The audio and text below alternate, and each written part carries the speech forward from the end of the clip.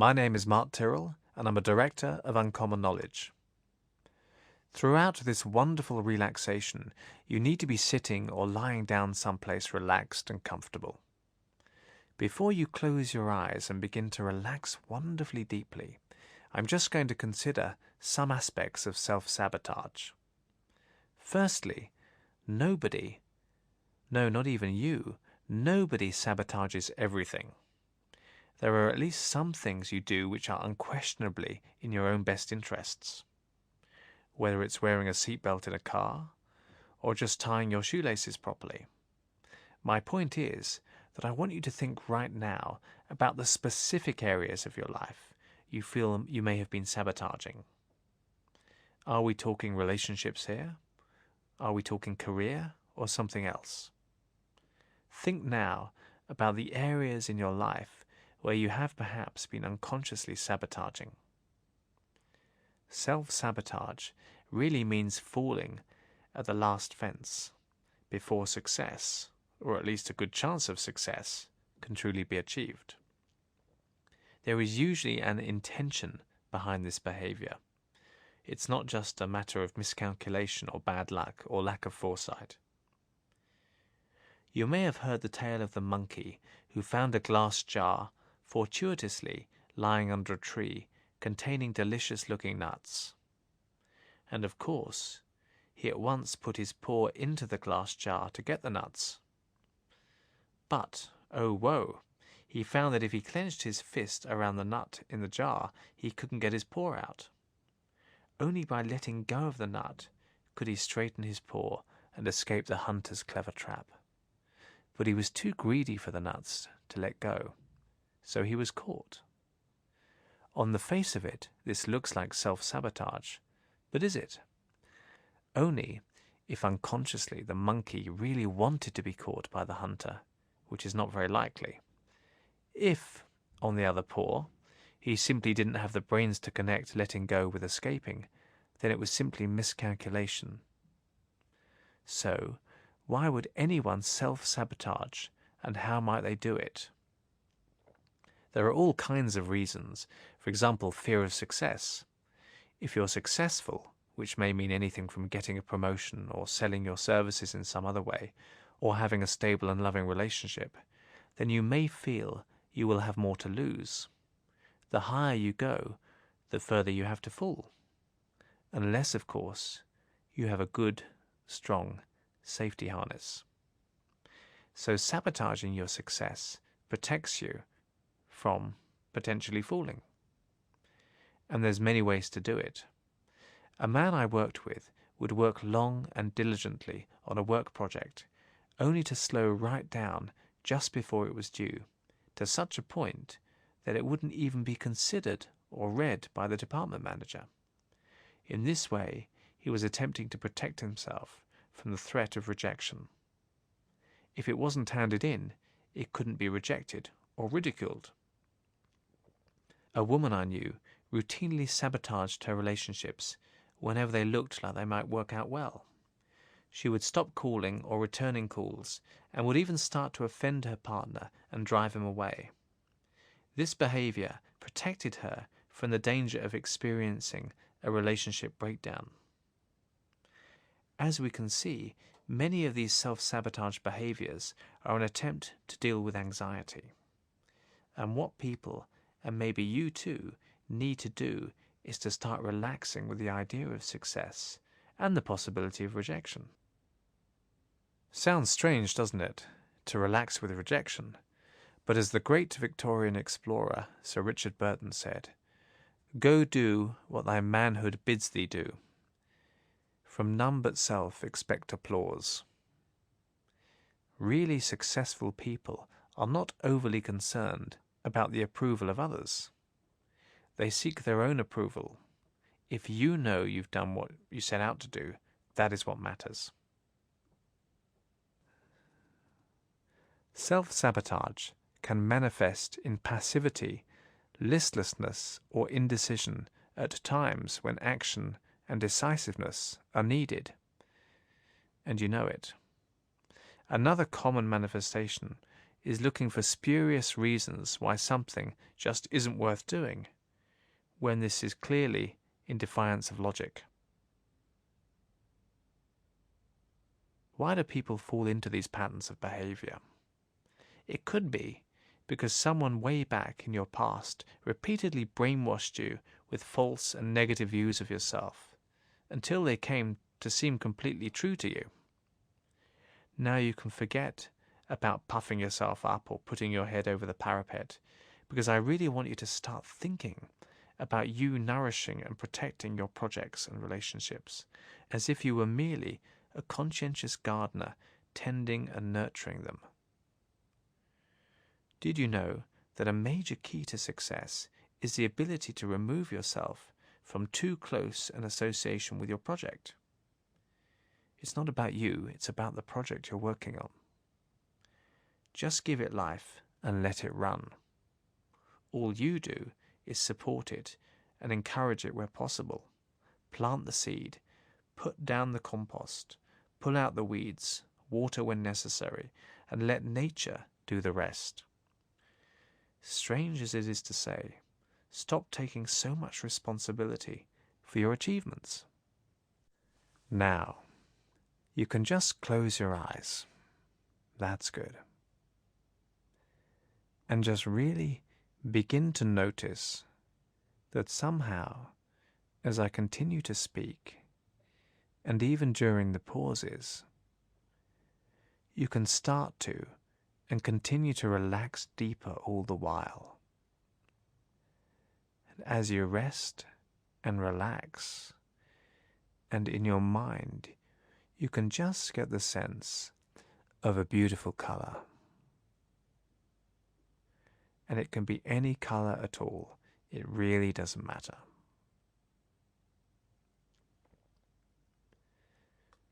And whatever the color is, or even if it keeps changing from one moment to the next,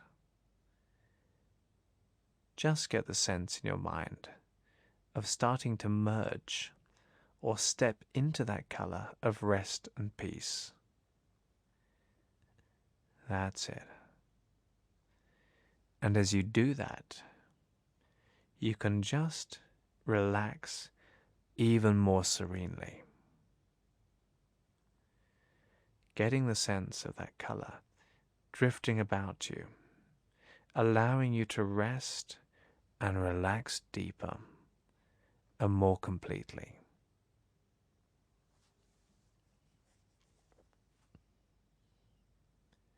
And in your mind, you can just get the sense right now of any old tensions in your body starting to lift and drift, like a grey mist just flowing out from your arms, leaving them so clear and comfortable from the tips of your fingers to your shoulders.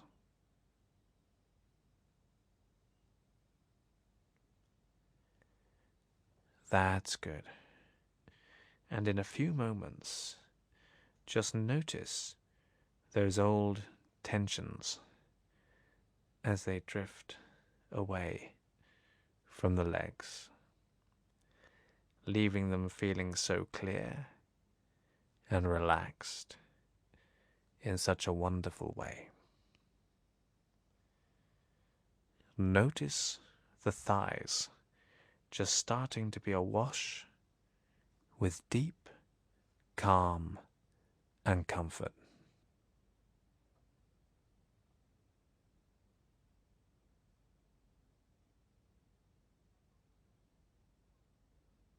Good. And notice the muscles in the backs of the legs resting and relaxing, and the fibers of the calf muscles resting and relaxing. That's it. And the knees and the shins all resting and relaxing so deeply.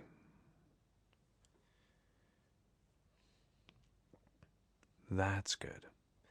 And notice tension, almost seeing it now in your mind as a mist, just leaving the muscles of your torso and your neck and shoulders. And notice the relaxation sweep into these areas, soothing and bringing deep rest.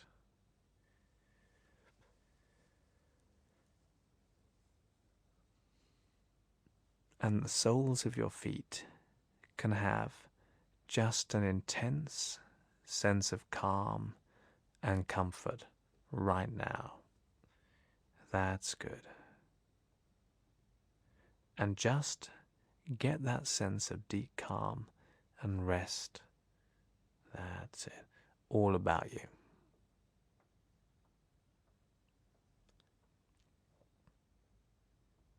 Now, it's important to know that when you are working towards something that will benefit you, it will also inevitably have ripple effects and benefit those around you.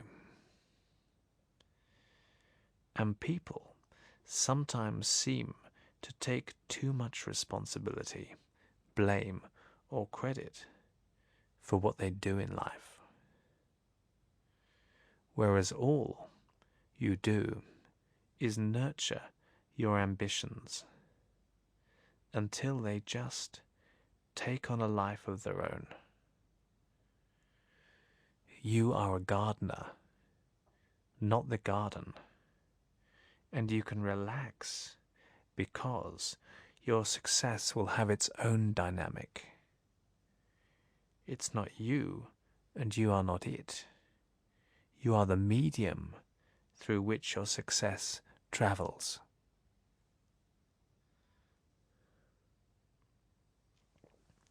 And just where do those pathetic little self-sabotaging whispers come from? Is it from a person or people or even the media? What conditionings prompted them? Locate that source now in your mind and get a sense of that.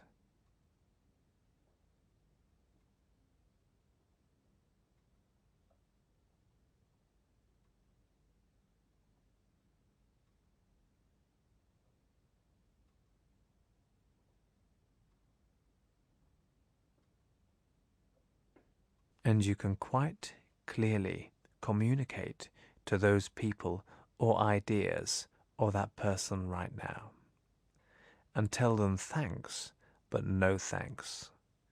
Tell them that you no longer need their ideas or limitations. You have bigger fish to fry, politely and firmly. And notice how they seem to shrink in some way as you do so.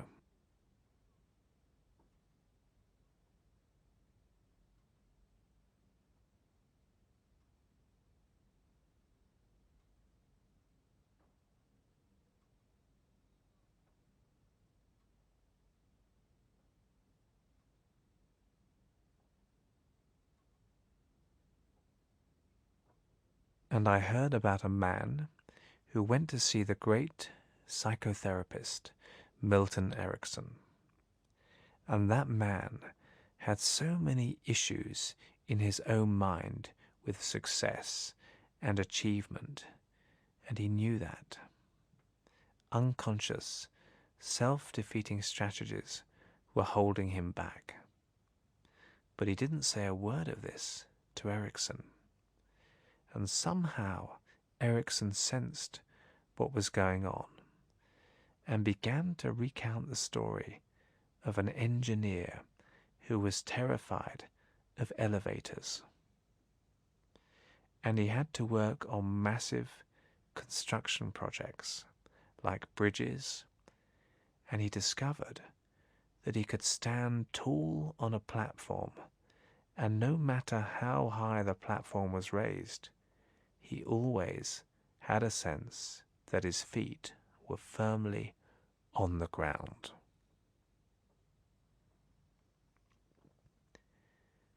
And you can do this too.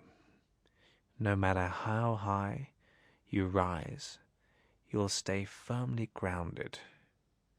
So now you can override any little attempts by that sour, negative little part to undermine your efforts. You're going to find that you can rise way above it, firmly grounded. And you know how in those old movies they show the passage of time very quickly, clock hands spinning, calendars flicking past. Things develop and improve.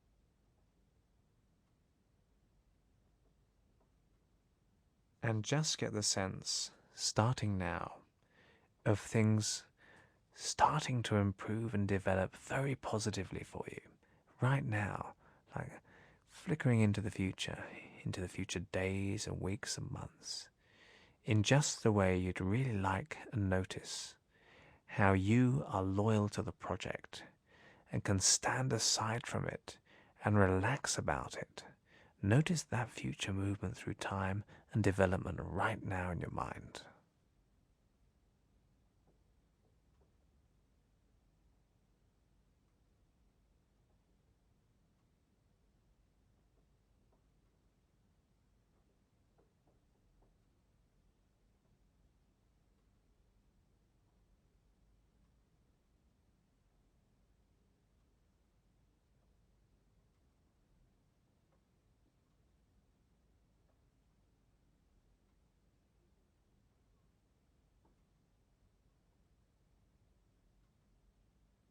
That's good. And in a moment or so, you can just relax so deeply, being true in life to what really needs to be done.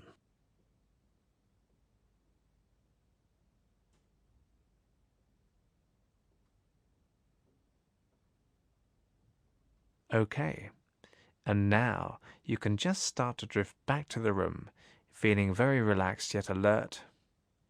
Okay, and just open your eyes right now. Excellent. Now remember to relax to this session as often as you need and want to.